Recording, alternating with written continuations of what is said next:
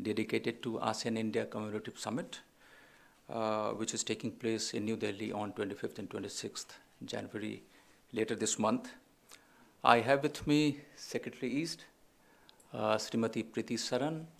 I also have Joint Secretary South, Vinay Kumar, and JS ASEAN, Anurag, who will brief us on different elements of the summit. In fact, we will also be formally announcing the dates and the program of ASEAN-India Commemorative Summit today. And also there are several events which have taken place earlier, and there are events which will take place in the run-up to the summit. Secretaries will take us through the program of the summit and also about other events which are going to take place. After the briefing, there will be time for some questions, and that you can direct to us. Ma'am, the floor is yours now. Thank you. Good afternoon, dear friends. I join Ravish and my other colleagues in wishing all of you a very happy new year, and thank you so much for kindly joining us for this first special briefing on the India-ASEAN Commemorative Summit, which you heard will take place on 25th of January, followed by our Republic Day celebrations, for which all the 10 leaders from the ASEAN countries have been invited as guests of honor. Now, as you know, that is unprecedented. Every year, when we celebrate our Republic Day, we have one visiting foreign dignitary. This time, we would have all the 10 ASEAN leaders. We are delighted and honored that all the 10 ASEAN leaders have confirmed their participation in the commemorative summit, as well as to be guests of honor at the Republic Day. This is a landmark here, and you might ask why such a special, unprecedented activity. In the course of the last 1 year, we have been celebrating 25 years of India-ASEAN relations, 15 years of summit partnership with ASEAN, and 5 years of our strategic partnership. It began last year in January with a conference that was held on cultural and civilizational linkages that was held in Jakarta. And then we've had almost 36 major activities that have taken place, not just in India, but also in other ASEAN countries, to mark this very special relationship. In the run-up to the summit, we will be organizing another 16 major events, and I could certainly go through some of the details of it. And of course, the first one of them was, in fact, our External Affairs Minister's very successful visit to 3 ASEAN countries. As you know, on 8th, she returned from a very successful visit to Thailand, to Indonesia, and to Singapore, where she had very successful meetings with the political leadership in all the 3 countries, had bilateral discussions in all the 3 countries. But in the ASEAN context, it was significant because Thailand is going to be the country coordinator for India-ASEAN relations from July this year onwards. Indonesia, as you know, has the ASEAN Secretariat, and there is a new Secretary General whom our External Affairs Minister met. And in fact, apart from the bilateral and the Joint Commission meeting that was held in Indonesia, she also co-inaugurated with the Foreign Minister of Indonesia the 5th round of the ASEAN-India network of think tanks. And Singapore has taken over from January as the new chair of ASEAN. And in Singapore, our External Affairs Minister hosted and participated in the regional Prabasi Bharati Divas that recognized the importance of a very vibrant Indian diaspora in these 10 ASEAN countries. And of course, thanked them for the contribution that they've made to promoting relations with each of the 10 ASEAN countries, of representing India so well, and also invited them to participate in India's growth and development. In all her interactions that our External Affairs Minister had, a repeated refrain that we picked up was a desire on the part of all the ASEAN countries for a greater presence of India, greater cooperation with India, and a greater integration economically, politically, and in terms of people-to-people contacts. So that turned out to be a curtain raiser to the India-ASEAN Summit. I'll first maybe brief you a little bit about the program of the summit and then go on to some of the activities that we have planned in the run-up to the summit. As far as the summit itself is concerned, we expect the leaders to start arriving by 24th of January. The summit itself is planned on 25th of January. It will begin with a banquet to be hosted by Honorable Rashtrapati Ji, followed by a leaders' retreat in which our Prime Minister has invited all the 10 ASEAN leaders for an exclusive retreat summit. Thereafter, the leaders will move on to a plenary, plenary of the commemorative summit, followed by a gala dinner to be hosted by our Prime Minister. The following day, that is on 26th, all the 10 leaders would be guests of honor for our Republic Day celebrations. And of course, they'll participate in, as is customary, for the dignitaries to also be present at the Rashtrapati Ji's at home, which is to be organized later. This is as far as the summit component is concerned. We have also made special arrangements for the accompanying spouse, and we expect at least 6 of the 10 leaders to be accompanied by the respective spouse. And we have planned a separate event, which would, apart from the fact that, of course, the spouse would be invited for both the Rashtrapati Ji's lunch, banquet lunch, as well as the gala dinner. But they have a separate program organized for them. This is as far as the summit is concerned.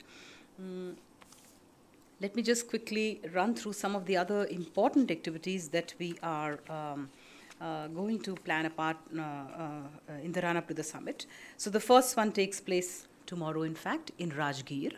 Rajgir, as you know, is also home to Nalanda University, which was created as a result of an agreement signed during the East Asia Summit.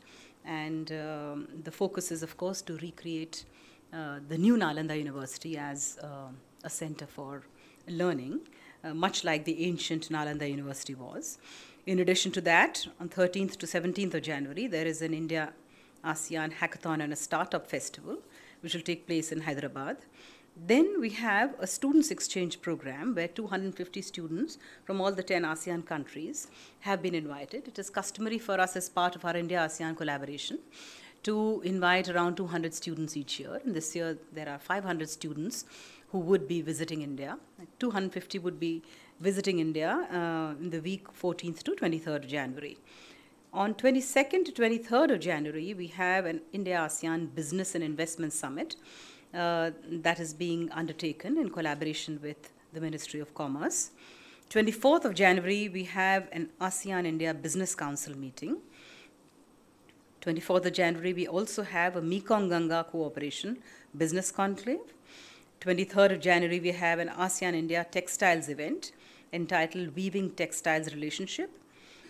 Again, the same day, at the end, there would be ASEAN-India Youth Awards and Fabric Show. Youth is an important component of our engagement with ASEAN under the 3 C's, which is commerce, connectivity, and culture, where people-to-people contacts has been very important. And we focused on the youth earlier last year when we organized a youth summit in Bhopal, followed by the first ever India-ASEAN Music Festival, where we had bands from all the 10 countries, and an India-ASEAN Artist Retreat. The hackathon is also intended to attract the talent of the youth, and several other activities culminating in this youth award are really intended to be focused on youth. Yet another very important focus of our activities in the run-up to the summit is textiles. As you know, all the 10 ASEAN countries, or most of them, are important exporters and producers of garments and apparels, as is India. And we feel that together there is immense potential for us to collaborate and be part of value chains. In addition to the fact that historically, civilizationally, we have a common connection of the weaves and textiles, and which is why textiles has been given a very important focus. Yet another very important element of our cultural connectivity is Ramayana. You would recall that when our Prime Minister was invited to participate in the ASEAN-India Summit in Manila, that was the time when President Duterte and Philippines were also celebrating 50 years of the establishment of ASEAN.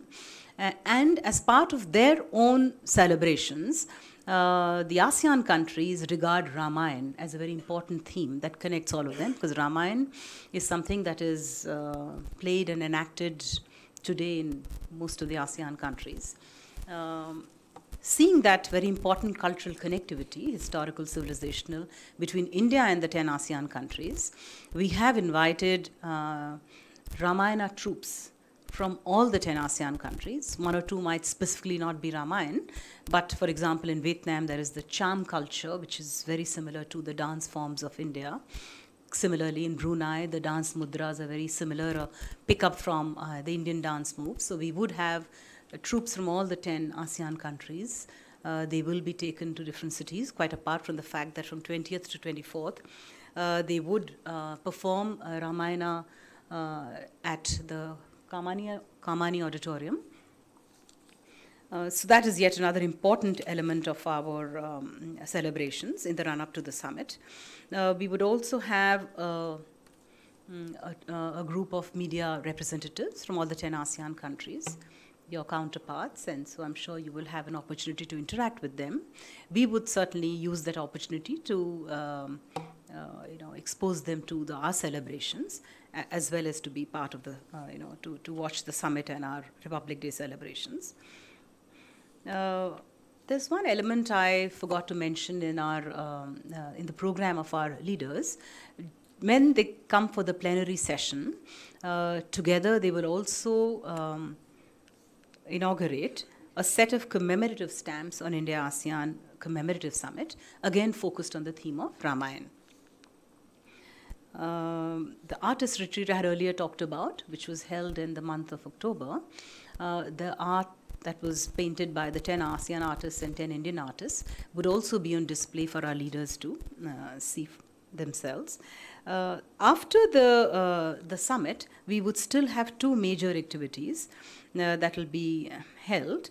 One is a film festival that will be held in Goa in the month of February.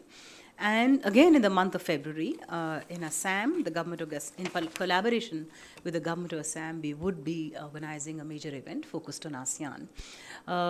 Why Assam? Because, as you know, Northeast is a very important component. They are the bridge, the land bridge between India and the ASEAN countries, particularly through Myanmar. And so that is the other very important component. What I'll do is I'll stop here and then be happy to take questions because you might have a specific interest which I'd be happy to respond to. Thank you. Thank you, ma'am. Before we go on to the question answer round, let me share with you that in case you need any specific or more information on any of the events mentioned by secretaries, please write to us. I think there are several events taking place in the run-up. And I'm sure the ASEAN division would be happy to share more details about those events with anybody who's interested in. Now, the floor is open to questions. Sridhar.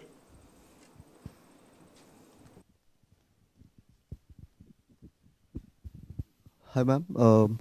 Could we have some details about this leaders retreat that you mentioned, exclusive retreat summit?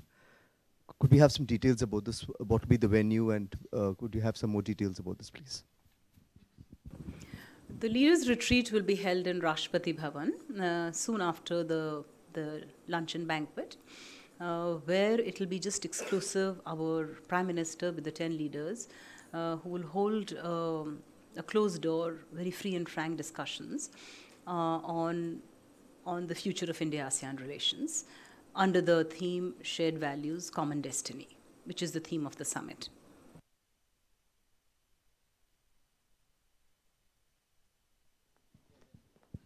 Ranjit, then Smita. Any new connectivity project likely to be announced during the summit? And also, what is the status of this India-Myanmar-Thailand trilateral highway? It has been long delayed. I'll answer the second question first. Certainly, the India-ASEAN trilateral highway has been long in conceiving and implementing, but the project is now on course, and we hope that by 2019 it will be completed. It's a very important project in enhancing our physical connectivity from northeast via Myanmar to Thailand. It'll also help in building the larger connectivity that we see that this particular trilateral highway will, when we coordinate this with the ASEAN's own master plan of connectivity. So it will move beyond Thailand to other countries, including Laos, Cambodia, and Vietnam. Your first question? What was the first question? We expect, you would recall that in 2015, our Prime Minister had made an offer of $1 billion line of credit for physical and digital connectivity. You know, it takes time for individual countries. As far as India's lines of credit or any development assistance programs are concerned, you would be aware that India always makes these offers which are demand-driven. And so it's really for the host country to determine. We don't impose projects on them. They themselves decide. So there have been some discussions. That offer stays on the table. And we hope that by the time the summit takes place, there would be some requests for concrete proposals, which itself will be a good development. Smita here from the Tribune. Related question first, because Vivian Balakrishnan, the Singapore foreign minister, in his last visit, had made a strong pitch saying that air connectivity still remains very meager compared to what potential needs to exist. So any thoughts on that? And you said that all ASEAN countries seem to be asking India for a greater presence and more integration, even politically. Could you elaborate? Because when you say that, China comes to the mind. How do you want more political engagements? So I'll answer specifically the Singapore-related question. You know, of course, already, while we could do better, already our air connectivity to Singapore is very good. We have about 484 flights per week, connecting more than 16 cities and about 9 airlines. And likewise, I think we have very good air connectivities with Bangkok and with Kuala Lumpur. However, we could do better with other ASEAN member countries. We are in discussions, both individually, bilaterally with each of them, but also within the ASEAN framework. In fact, just before the summit, we would in fact hold a working group meeting of civil aviation officials to discuss this particular India-ASEAN air services or connectivity, air connectivity proposal. So that is under discussions, as is yet another very important one, and that is of enhancing our maritime connectivity. So we are discussing the MOU and the agreement on how we can enhance further maritime connectivity with the ASEAN countries. The land connectivity project I've already elaborated upon. On your second question, you know, when I say that we began our celebrations in January last year by focusing on civilizational and cultural linkages, that itself speaks for itself that, you know, our relationship with the Southeast Asian region is not something new. It has been happening for centuries, for more than 2,000 years.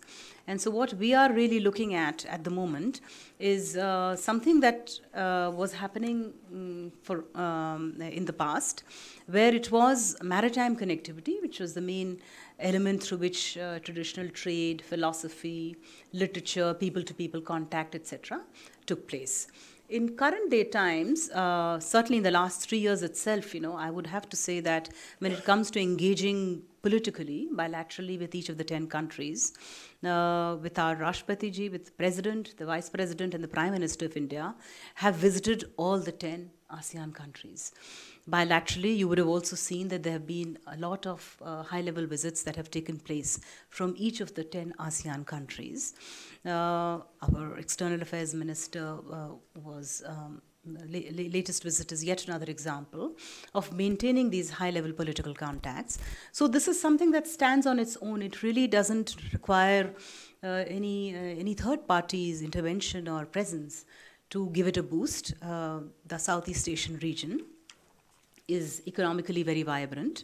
We see a lot of potential, especially when India is growing at 7.5%. And this is a vibrant economic commercial space for us. Already, ASEAN region, they are our 4th largest trading partner, and we are their 7th largest trading partner. Our investments in the last 2 decades has been over $70 billion. That itself, I think, and it has grown in the last 1 year alone, our bilateral trade figures have gone up. So we see a lot of potential in engaging them further, both in terms, of course, political engagement is already ongoing.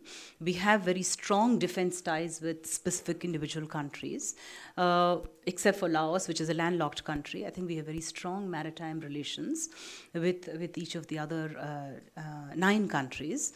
We have our Navy ships and our Coast Guard ships that make regular ship visits to each of those countries. When we had held the International Fleet Review, we had a very strong participation from the ASEAN member countries. We have very strong Navy-to-Navy cooperation. We have coordinated patrols with some specific countries. On the defense side, as I told you, we are working very closely with some of them. There are very important programs that are on capacity building as well with individual countries. It varies, of course, from country to country. So all of that just speaks for itself and also emphasizes the importance that the ASEAN has for India in our relations and in our Act East policy. Yes, please, and then Srinjoy after this. Bharat और ASEAN देशों के बीच जो कारोबारी क्षमता है, वहाँ से बात सामने आ रही है कि जितनी क्षमता है उसका मतलब पूरा इस्तेमाल नहीं किया जा रहा है. अभी आपने बताया $70 बिलियन की का कारोबार है और 2022 तक $200 बिलियन का जो लक्ष्य है वो शायद पूरा होना मुश्किल लगता है. दूसरी बात यह भी सामने आ रही है कि regional comprehensive economic partnership plan को लेकर वहाँ ये बात आ रही है कि भारत में इसको लेकर शंकाएं हैं कि इससे घरेलू नीतियों पर प्रभाव पड़ सकता है. तो इस बारे में क्या कहेंगे? नहीं, आप बिल्कुल ठीक कह रहे हैं, क्षमता है लेकिन पूरी तरह से उसको नहीं यूटिलाइज़ किया गया है. और लेकिन जहाँ तक आरसेप का सवाल है, हम भी पार्टिसिपेट कर रहे हैं नेगोशिएशंस में जो हो रही हैं. लेकिन in any negotiations, you know, we must remember that it has to be equitable and it has to be mutually acceptable. We have certain strengths and other participating RCEP countries also have strengths. We participated in the RCEP negotiations in the hope of a balanced, equitable outcome where there is a positive, where there is positives on both sides and it should be mutually acceptable. We will remain positively engaged with all the in the RCEP negotiations, and we hope that we will be able to come to a balanced outcome on that. As far as the potential with the in terms of our economic, trade and investment relations are concerned, yes, we could do better. This has been our effort, which is why this whole host of activities that we've organized, focused on business particularly, is intended to draw attention of our business community to the potential in ASEAN and vice versa. मैं आपको बता दूं कि सिर्फ ये जो events जो हमने अभी बताया आपको, सिर्फ यही नहीं हुए हैं, बल्कि 3 सबसे ज़्यादा मुख्य जो बिज़नेस रिलेटेड एक्टिविटीज़ जो हुई हैं वो जकार्ता में हुई, कुआलालंपुर में हुई और बैंकॉक में हुई. और बल्कि ये जो प्रवासी भारतीय दिवस जो हुआ सिंगापुर में, उसमें भी बहुत स्ट्रॉन्ग कंपोनेंट इकोनॉमिक रिलेशंस को लेकर के भी था.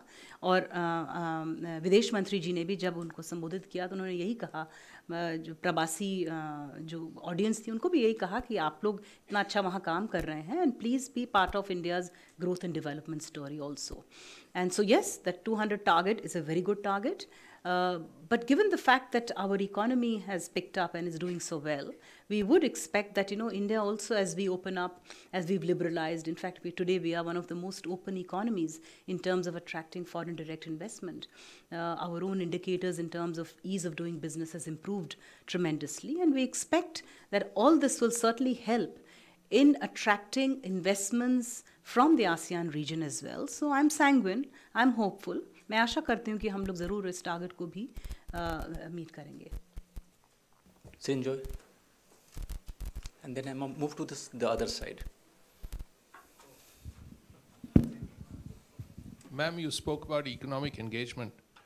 In consultation with the ASEAN countries, do you see India investing in the petroleum sector in the South China Sea in the near future? And also, ma'am, you spoke about a lot of naval closeness between these countries. Can you tell us if there are more ships, warships going to Vietnam or Cambodia in the near future, or Philippines for that matter? I mean, what has happened, but if there are new plans. And yesterday, the Vietnamese ambassador spoke about defense production along with India. And that could include transfer of certain missiles. Could you just elaborate on these things, please? So the first question was one of the ships. Chinjo, you have exhausted the quota for the next 3 briefings now. Oil, okay. So I'll start with the oil and gas. And, some of the ASEAN countries are rich in fossil fuel. And, for example, Brunei has a lot of gas. In Vietnam, the ONGC Videsh already has a presence in productive blocks where it is present there. And you would remember that when the Prime Minister of Vietnam had visited in 2014, in fact, it was agreed that more productive oil blocks would be offered to India. So we look forward to such oil blocks being offered, and India would be very happy. I'm sure Indian companies that are already active and present there would be happy to participate both in upstream, midstream, and downstream projects, not just in Vietnam, but in other countries as well. With Indonesia, of course, coal is a very important component and yet another important area for collaboration. As far as petroleum, oil and gas activities are concerned, these are really ultimately, even though it's ONGC Videsh, which is a public sector undertaking, but Indian private sector companies also have a history of presence and participation. And I'm sure they look for business opportunities in all of the ASEAN countries as and when it emerges.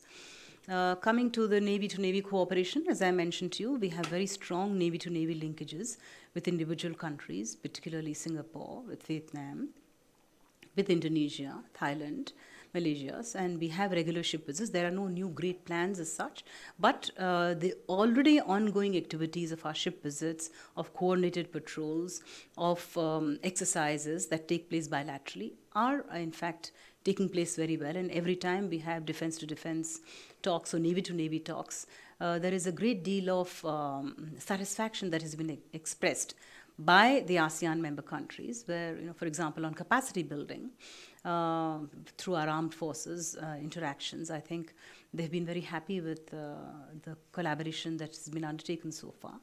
And we will continue to engage with all of them in that context. Third question, you know that as far as India's own Make India program is concerned, we have opened up, production in the defense, and we would be very happy to undertake joint production wherever it is acceptable, commercially viable for each of these countries. And we welcome joint production on where we have strengths, where we are competitive. I'm sure those would be welcome. From this side, anybody? Yes, please. Can we have a list of the leaders participating in the summit? Who are the 10 leaders? That I think I can share with you after the briefing that we have, and we will certainly put it on the WhatsApp group. We'll give you the exact names and the designations, but I would just want to confirm to you that all the 10 leaders, heads of state, head of government, have in fact confirmed their participation. So all 10 would be coming for the summit as well as guests of honors. And of course, the new Secretary General of ASEAN. Akhilesh ji. Madam, there had been demand from some of the ASEAN countries to increase the line of credit. So are you planning any such increase? We have not received any specific requests. The $1 billion line of credit that was offered by our Prime Minister in 2015 was in an ASEAN summit. Specifically, we also have separate lines of credit that have been offered bilaterally to Vietnam, to Indonesia, etc.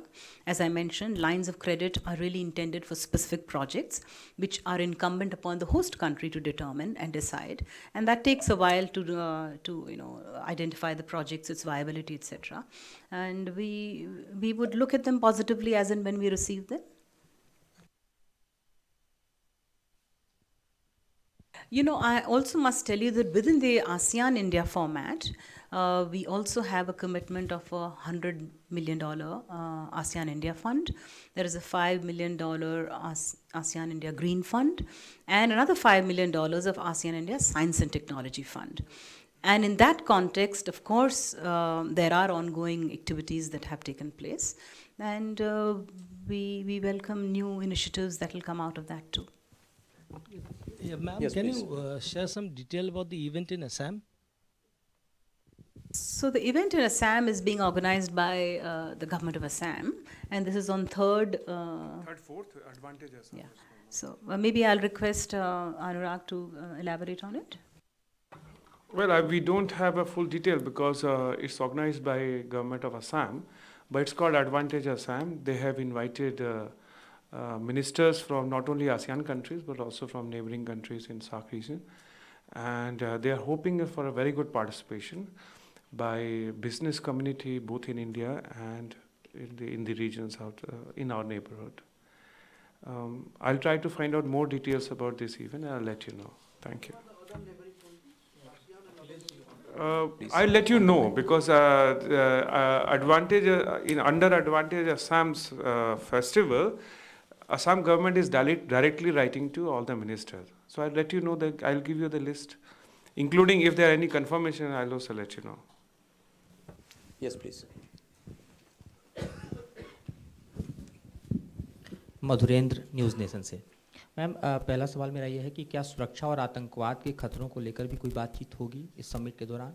और एक दूसरा सवाल, चूंकि दिल्ली को लेकर लगातार हम ये देख रहे हैं कि जो पॉल्यूशन है खासतौर पे एक बड़ा मैटर है, तो क्या किसी कंट्री ने इसको भी, इस इशू को भी रेज़ किया है आप लोगों के साथ कि इसने पॉल्यूटेड इन्वायरमेंट में किस तरह से चीज़ें जो हो पाएंगी, और क्या उनको कोई जवाब दिया गया है?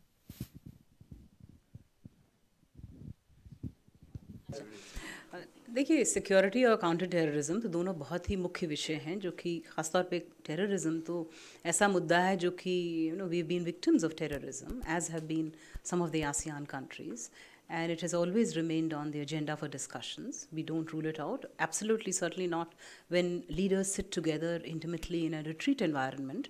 I'm sure they will be discussing different aspects, including this aspect, which is an important aspect that concerns all of us. On the issue of pollution, yes, of course, Delhi, unfortunately, is at the moment, there's fog and there's pollution, but 22 million Delhiites live happily. हम लोग सब ठीक ठाक ही हैं, हमें कुछ ऐसी असुविधा नहीं हुई है। जहाँ तक आसियान लीडर्स या उनके डेलीगेशंस का सवाल है, इस तरह का कोई मुद्दा उन्होंने हमसे नहीं उठाया है। हम लोग उनसे रेगुलरली टच में हैं, उनको ब्रीफ करते रहते हैं, उन्हें बताया गया है कि क्या क्या हम तैयारियाँ कर रहे हैं। They are very excited, they are really looking forward to participation of the leaders. Excellent arrangements are being made. We, as जैसे हमारा अतिथि देवो भव वाला policy है, तो really a warm welcome awaits all the 10 leaders and their delegations, and we hope that we will work towards a very successful, very pleasant and a pollution-free environment. Continuing on the issue of terror, only on de-radicalization, Indonesia has done a lot of work. Can you just elaborate on the collaboration between Indonesia and India and with the wider region on this issue? Yes, I think that's a very important subject. On counter-radicalization, both Indonesia and Malaysia have shared with us in our interactions with them in bilateral forums about the work that they have done, because they are also concerned about radicalization of their youth, particularly through the internet. And they have had experiences and they have managed to deal with this problem. We also have some very positive experiences. In fact, both India and the ASEAN countries, when the rest of the world is war-torn, strife-torn, terror-torn, radicalized-torn, we in fact are a very good example for the rest of the world. So we hope, not only learn from each other's positive experiences, but also set an example for others on how to counter radicalization. And we certainly do intend to work on it.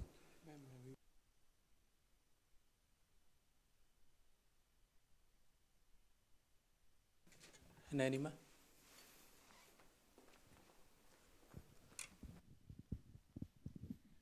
Ma'am, now that we are looking for so much of close cooperation with ASEAN in all sectors, why is it that our FTA in services is still stuck? 3 of the countries are yet to ratify, and services is our mainstay. So why is it that we are not able to get that through? Is it because of their own problems, or there are still some, objections that there were originally? Can you throw some light on that, please? No, the fact that all of the ASEAN member countries participated in the India-ASEAN FTA on goods, services, and investments, there is obviously an agreement, and that is why those were signed. Yes, some countries have yet to ratify them. We have also put in a request for review of the India-ASEAN FTA and how we could do better. We are in engagement with them as far as improving the possibilities of doing trade under the India-ASEAN FTA in all 3 sectors, goods, services, as well as investments. Going back to the anti-terrorism front, I believe India has given the Philippines a certain fund to counter their terrorists in Mindanao and so on. This apparently is the first such time that this has happened. Are we planning on doing such activities, or sort of giving money for more of these kinds of de-radicalization and anti-terror measures? No, it wasn't a de-radicalization. I'll request Vinay to give you the details. Vinay? Yeah, thank you, ma'am.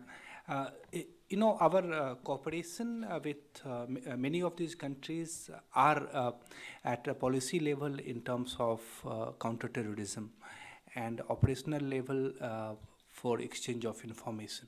But the specific point that you are mentioning was for rehabilitation of the victims of the incident that took place in southern Philippines, Marawi.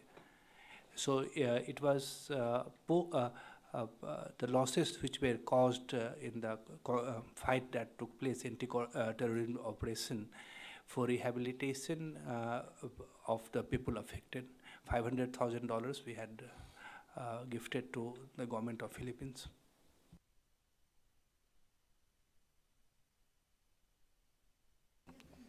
Please use the mic. No, let me just explain. You are specifically referring to this one. It was for rehabilitation. Okay. But this is really, again, a humanitarian activity as well. And India has undertaken a lot of humanitarian assistance and aid to affected countries, including in the ASEAN region. So. No, but this was not $500,000. This was more in the nature of $5 million, which was given when the Prime Minister visited Manila in November for the ASEAN-India summit. That this amount of money was given for some anti-terror collaboration. 2 kinds of funds. One was for rehabilitation activity of the victims of the Marawi attack, and the one that you're referring to that was given during Prime Minister's visit was really for the Jaipur Fort. That was for those who were affected, particularly those who are victims of landmines or of terror attacks. And this is for this institution which undertakes the activity of the Jaipur Fort. It's called the Mahavir Fund. Yeah, can we move on now? Any other question? Aditya? And something off track, but will there be any discussion on Zakir Naik? Because that's an issue discussed between India and Malaysia has given him a permanent residency. Also, we have spoken in the last 24 hours to many Indian origin MPs in Malaysia who raised an alarm on Zakir Naik and the hate preachings that he has been involved in. Could we see a formal request finally from India for extradition of Zakir Naik? Thank you. Well, that is not part of the India-ASEAN summit question, so I will not be able to respond there, but nor will I be able to anticipate what will be discussed by the leaders. I would once again request that please keep your questions limited to ASEAN-India Commemorative Summit. Yes, Devirupa. I'm Elizabeth with Mint. Sorry. Okay, ma'am, I wanted to, this is just a clarification. Did you say a review of the India-ASEAN FTA? And if it is, then are we referring to the goods one, or are we talking about the investment one? No, when I say review, I mean, we can just look at the progress of the India-ASEAN FTA. The India-ASEAN FTA is, in fact, for goods, services, and investments. So Right. whenever a round of discussions takes place, we would like to see how our FTA with ASEAN is progressing. So it's not as though there is a specific date that has been fixed, but certainly because the India-ASEAN FTA is already in position, we would be very happy to undertake its review as well. Any other question? Maybe we can take the last 2 to 3. Yes, please. Ma'am, yeah. The Foreign Secretary had recently said that some of the negotiations, this is in the context of RCEP, some of the provisions are not necessarily in keeping with Make in India and enabling Make in India and how important Make in India is for the government. Two parts to my question. One, after 20 rounds of talks, is there a feeling of the emerging RCEP negotiations not favoring India and therefore India laying the ground for possibly walking out of these negotiations? And is there pressure in the aftermath of the death of the TPP that India not be part of this, this arrangement, which is widely seen as a China-driven partnership? Thank you. Any other question?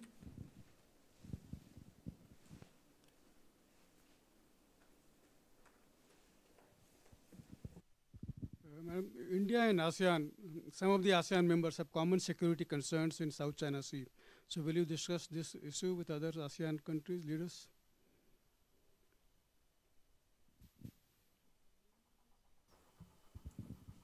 No, that's it, ma'am. So I think this would be the last questions then. So as far as RCEP is concerned, I think there was an earlier question that was also asked on RCEP, and I'll just repeat again that we remain committed to our participation in the RCEP, but we do expect it to be balanced and to the mutual benefit of all. So that is where we stand as far as the negotiations in RCEP is concerned. As far as the issue of South China Sea is concerned, we have always maintained that freedom of navigation is an important element. Threat or use of force is not acceptable, and that any navigation through waters, global commons, should be in keeping with a rules-based system, in particularly UNCLOS.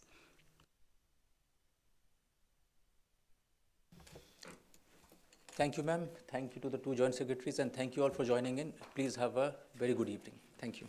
Thank you very much.